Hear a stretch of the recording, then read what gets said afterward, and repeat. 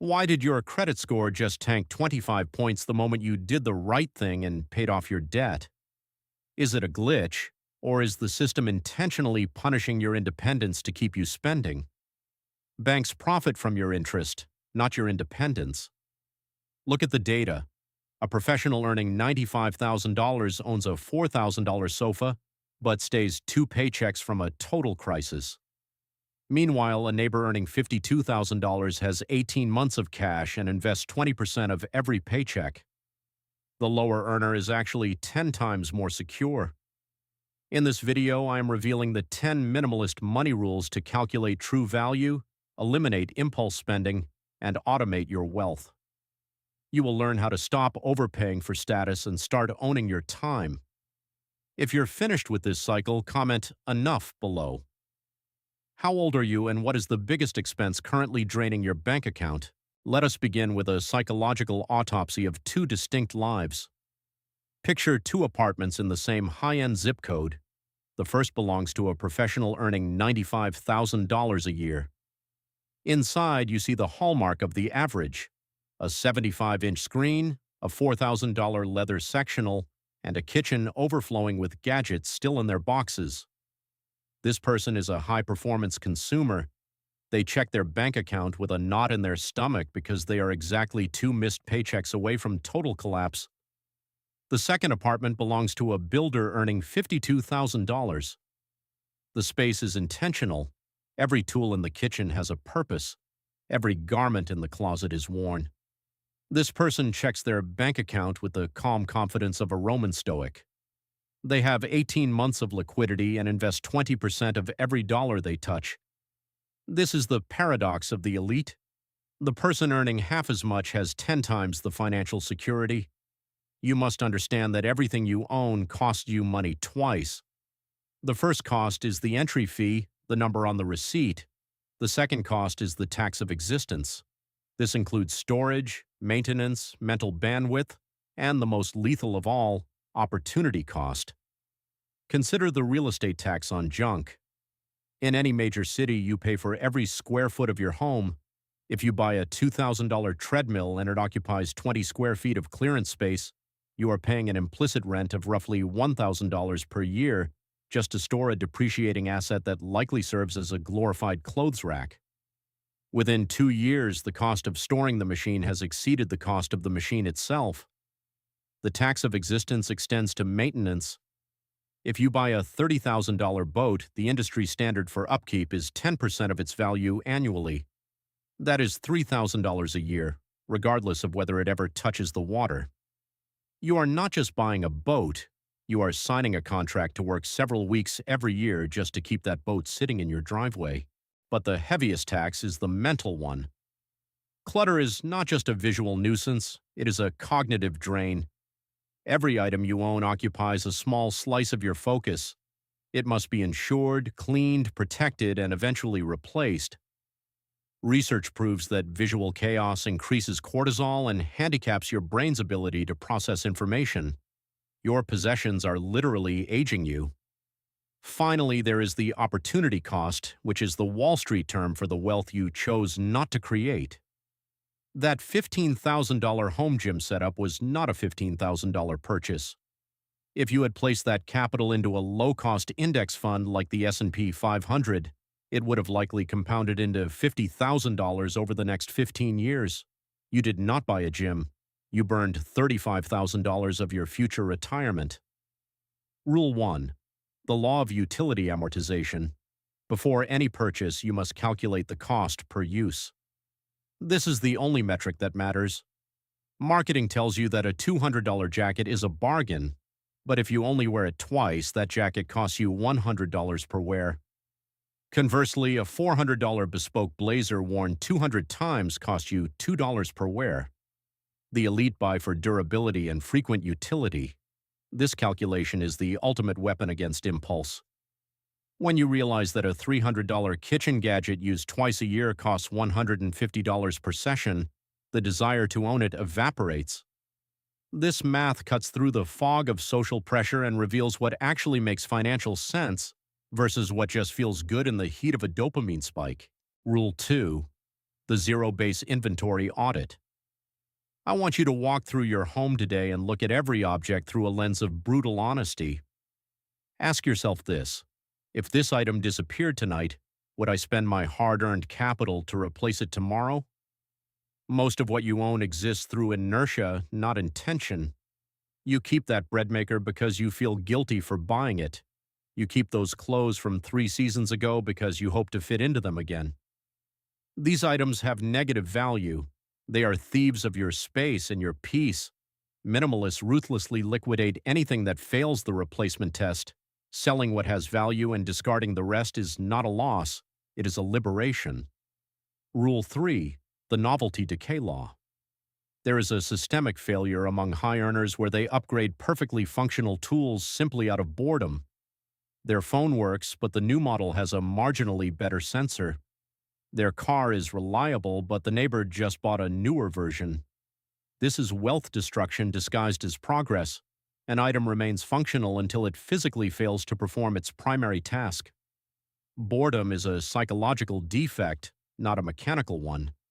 If you replace your phone every 2 years instead of every 5, you are throwing away $50,000 over your working life. Apply this across all categories, from furniture to vehicles, and you are looking at $250,000 in wasted potential. Let me ask you a question that hits your ego. Are you buying that new upgrade because your current tool is broken? Or because you are afraid of appearing stagnant to people whose opinions do not actually pay your bills?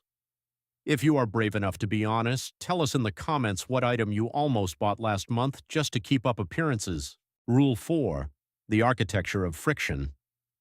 Human behavior follows the path of least resistance. The system makes spending effortless. One-click ordering and stored credit cards are designed to bypass your prefrontal cortex. To win, you must engineer your environment. You must create friction for spending and ease for saving. Delete your shopping apps. Remove your credit card data from your browser. Implement a mandatory 72-hour waiting period for any purchase over $500. Simultaneously, make your wealth building automatic. Your investment contributions should vanish from your paycheck before you ever see them. You should never have to decide to save. It should be a structural inevitability of your life. Willpower is a finite resource. Financial architecture is permanent. Rule 5. The inventory threshold. Most people are blind to their own accumulation. I challenge you to count your possessions in a single category, such as your wardrobe. Most people guess they own 40 items and discover they actually own over 100. Once you attach a number to your clutter, it becomes objective. You are no longer just buying a shirt. You are bringing your total to 101. The absurdity becomes undeniable. Set a maximum threshold. If you decide 30 shirts is enough, then every new purchase requires a one-in, one-out sacrifice. This friction alone will stop 80% of your consumption. Rule 6. The exploration period. Before you commit to the burden of ownership, you must rent or borrow. Most people buy equipment for a version of themselves that does not actually exist. They buy the camping gear for the person they imagine being, but after 2 nights in the rain, that person disappears. Renting allows you to test the reality of a hobby against the fantasy of it. It also clarifies what you actually need.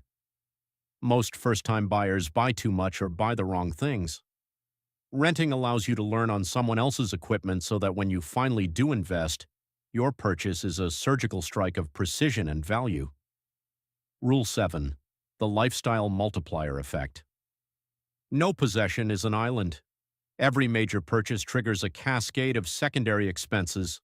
A boat requires a trailer, a hitch, storage fees, and insurance. A pool requires chemicals, furniture, and landscaping.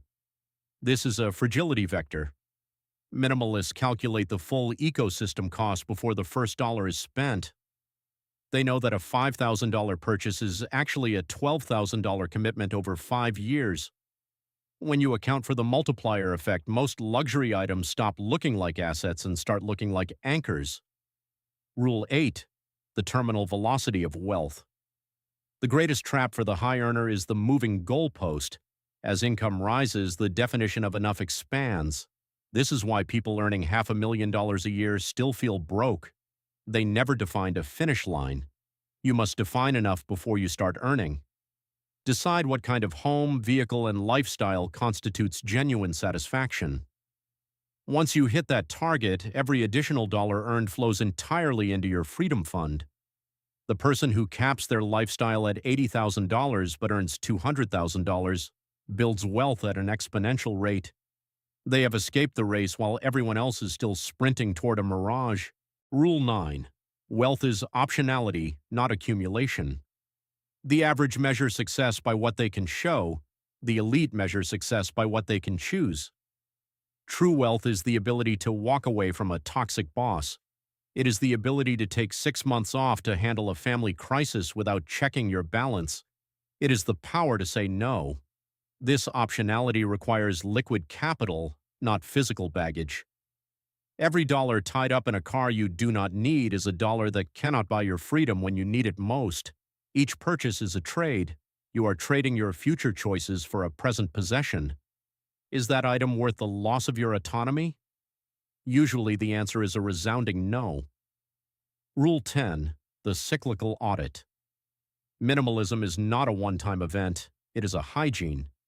Most people do a massive purge and then slowly accumulate back to their starting point within 2 years.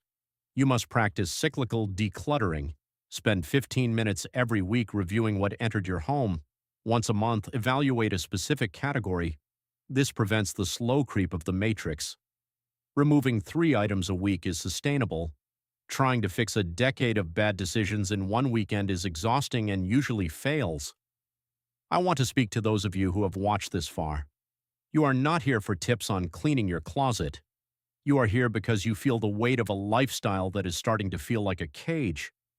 You have realized that the more things you own, the more those things own you. Here is the secret truth that most financial gurus will never tell you. The relationship between money and minimalism is a virtuous cycle. Owning less creates liquidity. Having liquidity creates a sense of security that no object can ever provide. Once you feel truly secure, the psychological urge to buy status symbols simply disappears. You do not need the loud car to prove you are successful because your bank account and your peace of mind are already screaming it. People who are trapped in the consumption cycle are usually trying to fill an emotional void created by financial fragility. When you address the fragility, the compulsion to spend dissolves. You end up with fewer things but a significantly larger life. The choice is yours. You can continue to pay the tax of existence on a mountain of junk that makes you feel poor, or you can join the visionaries who have discovered that true power lies in simplicity. If you are ready to reclaim your life, comment the phrase "I am awake" below to let the community know you have seen through the illusion. This has been an exchange of value. If this masterclass has shifted your perspective, like this video and subscribe. We do not ask for donations. We ask for your growth. Share this with one person who is currently drowning in the trap of their own success. Now your next step is waiting. Click the video on your screen right now to learn how the top 1% structuralize their portfolios to ensure they never have to work a day they do not want to.